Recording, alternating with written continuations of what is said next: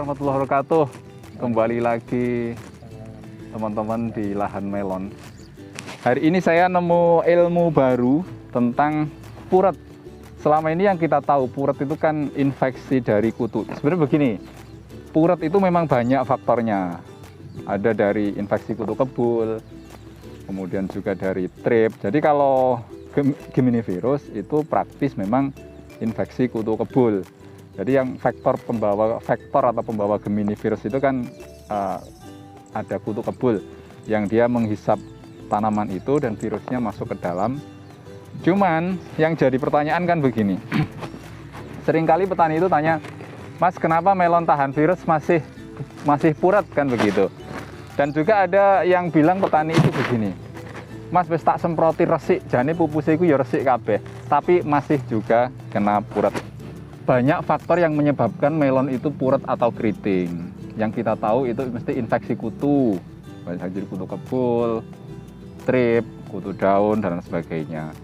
Tapi saat kutu-kutuan itu sudah bisa dikendalikan dan ternyata melon itu masih puret, itu berarti ada faktor lain.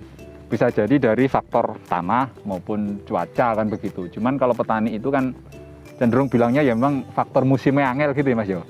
Cuman kalau sudah musimnya angel itu ya memang susah, kita tidak bisa mengupayakan apa-apa. Cuman kan kita terbatas pada hal-hal yang bisa kita upayakan. Yang jelas begini, pengalaman dari ini lahannya teman-teman di Nurenan ini, salah satunya di Mas Ruli ini, ada salah satu sebab puret melon itu karena efek atau disebabkan oleh pecah akar atau bintil akar atau infeksi dari nematoda. Jadi pengamatan itu dilakukan beberapa kali. Jadi ketika ada terserang yang puret, ada mulai gejala ada yang puret, itu dijabut, diketahui di akar-akarnya itu mulai ada semacam akarnya itu seperti pecah dan kemudian mengeluarkan seperti kapas, seperti butiran-butiran serbuk gitu ya, tapi lebih seperti kapas. Dan ini yang kemudian ditengarai, diidentifikasi sebagai Meliodogin atau nematoda akar gada. Nah, ini kan alina, cuman ada beberapa yang puret. Kondisinya nggak ada kutu-kutunya disemprot, ini nyemprotnya disiplin, tapi kok masih puret. Ini ada temuan baru yang ternyata salah satu penyebab melon puret di fase pertumbuhan awal itu karena ada infeksi nematoda atau Meliodogin ya, bintil akar, sehingga menyebabkan dia gejalanya seperti defisiensi unsur hara. Tadi kita ngobrol dengan petugasnya PT Bayer ya, dan kita ingin sampaikan bahwa ini Mas Ruli ini sharing pengalaman aja, ini bukan promosi, nggak promosi produknya.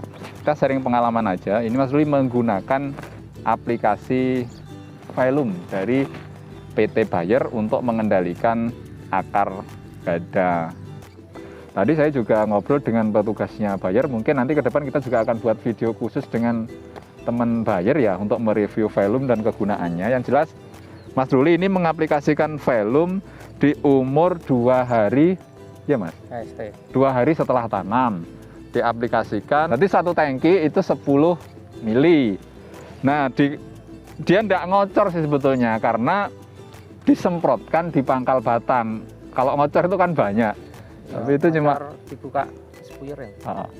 Ya ngocor tapi tipis. Tapi alhamdulillah ini ada perkembangan yang cukup lumayan bagus. Mungkin dari kesekian populasi ini nggak sampai 5% lah yang terkena puret seperti ini. Jadi kalau kita lihat memang tanaman ini bersih, tidak ada kutu kebulnya, tidak ada. Tapi dia seperti defisiensi unsur hara dan kerdil.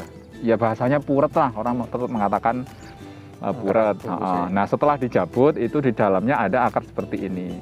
Kemungkinan ini yang disebut dengan akar gada. Dan salah satu upaya untuk mengantisipasi dan jadi solusi itu ya dikocor ya, Velum tadi itu katanya teman yang di Bayer tadi mengatakan maksimal itu 10 hari setelah pindah tanam begitu. Itu untuk melindungi akar supaya nggak kena akar gada itu. Dan ini kita lihat, kita nanti juga akan pantau sampai di finish ya tanaman ini. Mudah-mudahan juga bisa berhasil dengan baik. Yang sudah menggunakan aplikasi Velum ini. Semoga informasi tadi menjadi pengetahuan kita bersama dan menjadi alternatif solusi bagi petani. Artinya apa harus velum? Ya enggak, yang penting mungkin cari yang bahannya sama dengan velum itu juga boleh. Nah, kan di daerah-daerahnya enggak ada, pakai aja yang untuk pengendalian nematoda. Mungkin kalau dari yang bubukan yang lama ada nebizin itu Mas ya. Kayaknya nebizin bahannya mirip-mirip ya, kayak fluofamid, fluosulfamid apa gitu. Oke teman-teman, terima kasih. Semoga menginspirasi dan menjadikan informasi. Sampai jumpa lagi, kita akan update perkembangan demi perkembangannya. Semoga bermanfaat. Assalamualaikum warahmatullahi wabarakatuh.